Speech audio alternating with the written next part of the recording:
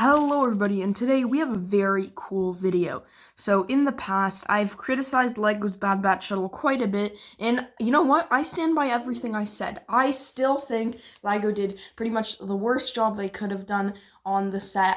There are a few good things about the set. I think the fact that they made it so quickly is great, and I think the fact that they included all 5 members of the Bad Batch is really amazing. But I do think that there were a few bad things about the set. But if you want more of my thoughts on the set, make sure you go check out some of my other videos where I discuss that, like my Summer 2021 set ramp and my Summer 2021 tier list video. I discuss it way further in those videos.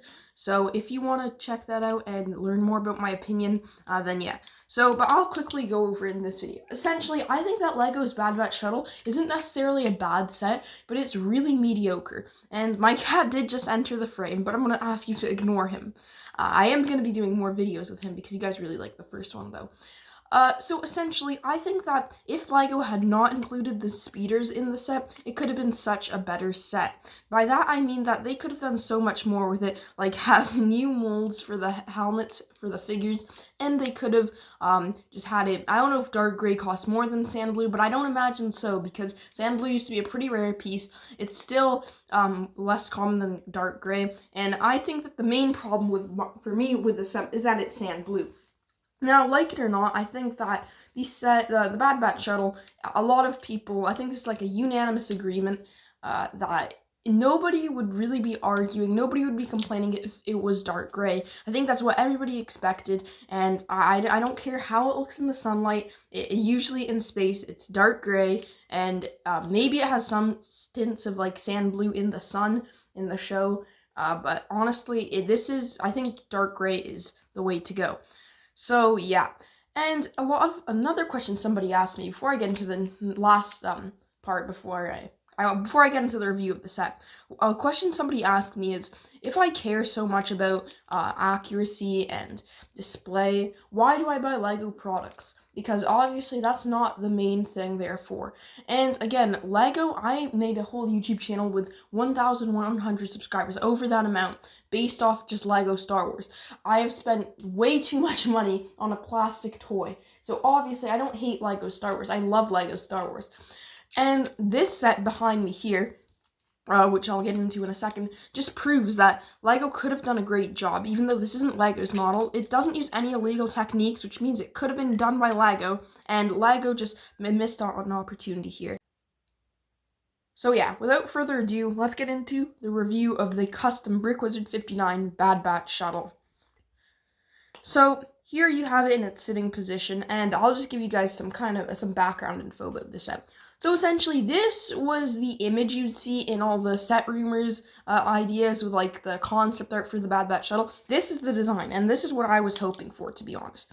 Now, this model is a bit bigger than I expected. It only has 680 pieces, and I think that, honestly, this shows, like, this is probably the best play scale model like LEGO could have done of this set.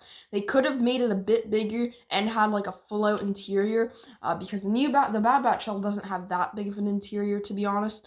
But, yeah, so honestly, the Bad Batch Shuttle did not need to be $100. However, LEGO was like, okay, people are going to pay $100 for this. How can we make this $100? They just added the speeders in there, which really ruined this set. Could have been cheaper. Could have used that $100 price point for something better, like other stuff. But I already discussed that.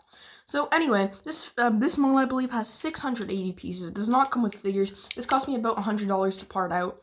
This is a really nice set. You could buy the complete kit on BrickWizard Customs, and you could buy the instructions from him for only like 15 bucks. So yeah. So you could see the main difference between the LEGO version and it is this one is dark gray, which is what I really like about this set. And again, this is why I buy LEGO, because I know that there are models out there that as brilliant as this. And I know that LEGO has made some of the most brilliant and amazing models I've ever seen. The UCS-Y one. That's probably not the best example because it is a display set, but this is the most impeccable UCS and underrated UCS build I've ever seen. It's just simply amazing. The Razor Crest. This is pretty much the Bad Batch Shuttle of 2020, except it was done so much better. The figures where they're lacking, this build is just amazing. The build is just fantastic, and I wish they did the same thing with the Bad Batch Shuttle. So anyway, back to the review. So like I said, this ship is pretty much the same. It's very similar to Legos in size, except it is pretty much, it just has a base of dark gray and has just black on it, which makes sense because if you think that Bad Batch did modify their shuttle to match their armor probably, which was black and dark gray. So that's why it is dark gray, not sand blue.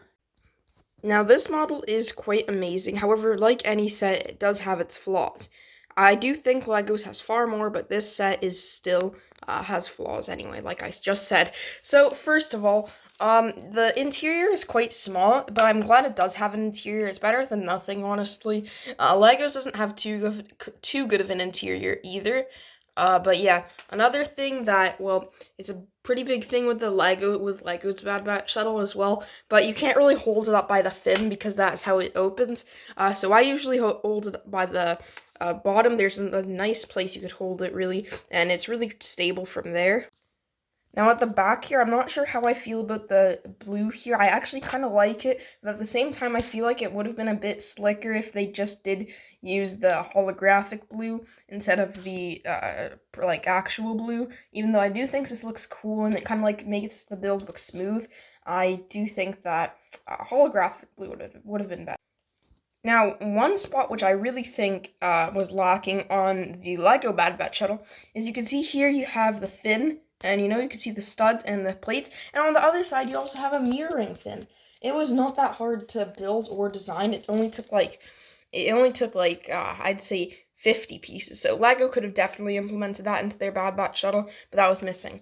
So anyway, onto the actual build of the set. You can see here there's some really nice plating and stud pieces on the side. I really like the way the side was done. That's really nice. The actual fin build, it's pretty big, actually, surprisingly. That whole part is one thing you build. And this set is actually, it has some pretty small sections. When you put it all together, it's actually a pretty medium set. I wouldn't say it's big, but it's definitely, it doesn't feel like 680 pieces. It definitely feels more like an 800-piece set. So the wings here, you can see the design. It's mainly just a gray base with, some black additions. So yeah, I like how that looks quite a bit. And the wings are obviously mirroring each other, so they're the same on each side. And at the front here, you can see the cockpit, if that could focus. And yeah, so the cockpit here is pretty nice. There, you could move this up and down. I'm not really sure what the point of that is. I think that's just supposed to stay still, just to add that detail for the set. And there's this little block section here, which it's, I don't know, it's kind of interesting. I just wanted to point it out. And I don't know why, but for the Lego version and this version, I feel like the cockpit just feels a bit big. I do think in this one it blends together better and it fits better with the model, but I just feel like it's not even the Lego models. The Lego model, then this model did fine on it. I just think that in general the Bad Batch Shuttle has a strangely big cockpit compared to the rest of the ship, and it just kind of feels weird and out of proportion. And you can see the actual fin design is very similar to the wing with a dark gray base and black highlights, and yeah. And you can see the turrets there look pretty nice. And there you can see the mechanism for the wings that could turn, which is super cool. However, this part often comes loose, and I was missing one of my parts. I was missing one of these. I think I may have just fell somewhere, but yeah, so there's usually supposed to be two here, but there's only one, but there's two on the other side. So yeah, I actually did have a problem when building this. I messed up one of these, which is the first part of this build is really annoying. I'm going to say that straight away. However, this custom set build I did do in around, I'd say, 3 hours, which is not bad. Maybe 2 hours is closer. But yeah, so this part, the initial part is really annoying, but the rest of the build is really nice because essentially under here, there's a bunch of Technic and such. So yeah, you can see that you pretty much have to build a bunch of Technic here. So yeah, that's really something I'm not a fan of, but it's kind of how the build works. So you can't really, the designer couldn't really do anything about them unless you just don't get to have rotatable wings. So I guess that's a sacrifice, but that's just a really annoying part of the build. And yeah. So on some parts of the site, you see there's lights here with transparent pieces. There's one there and one here. Just thought I'd mention that. And I don't know if I think I said this, but there's turrets.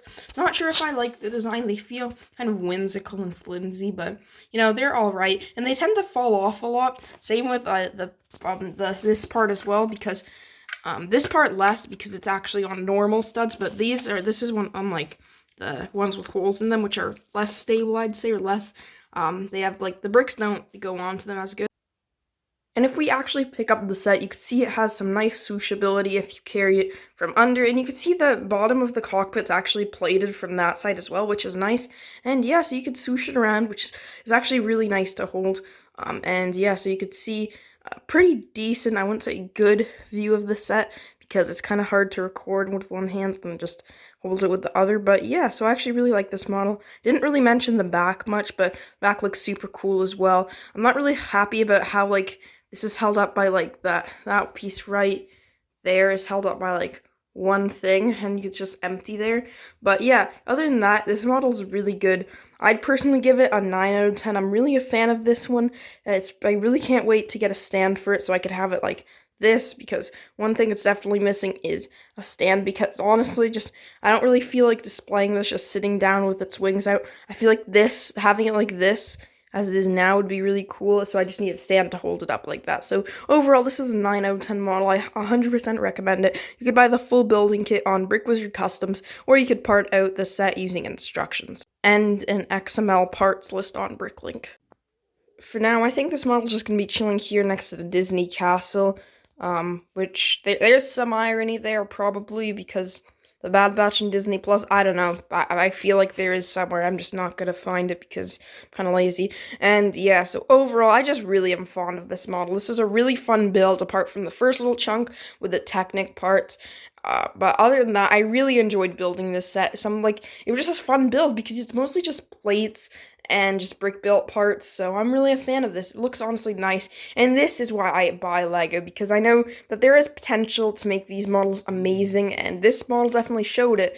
And I think that LEGO definitely does a great job sometimes. Razor Crest was amazing, and I honestly am not trying to sound rude, but I think the problem with LEGO Star Wars is that they have to get some younger designers, to be honest, because LEGO Harry Potter, look at all the special treatment they're getting. They have the most amazing designs on sets, and their designers are like 20. All of Star Wars' designs are like 60, and they've only watched the original trilogy, so they're not really putting passion into the sets, to some of the sets they design. Now, I'm not saying that's all of them, but honestly, if they hire some, like, 20-year-old guys, like, what if they hired Dave's Customs or Brick Wizard Customs?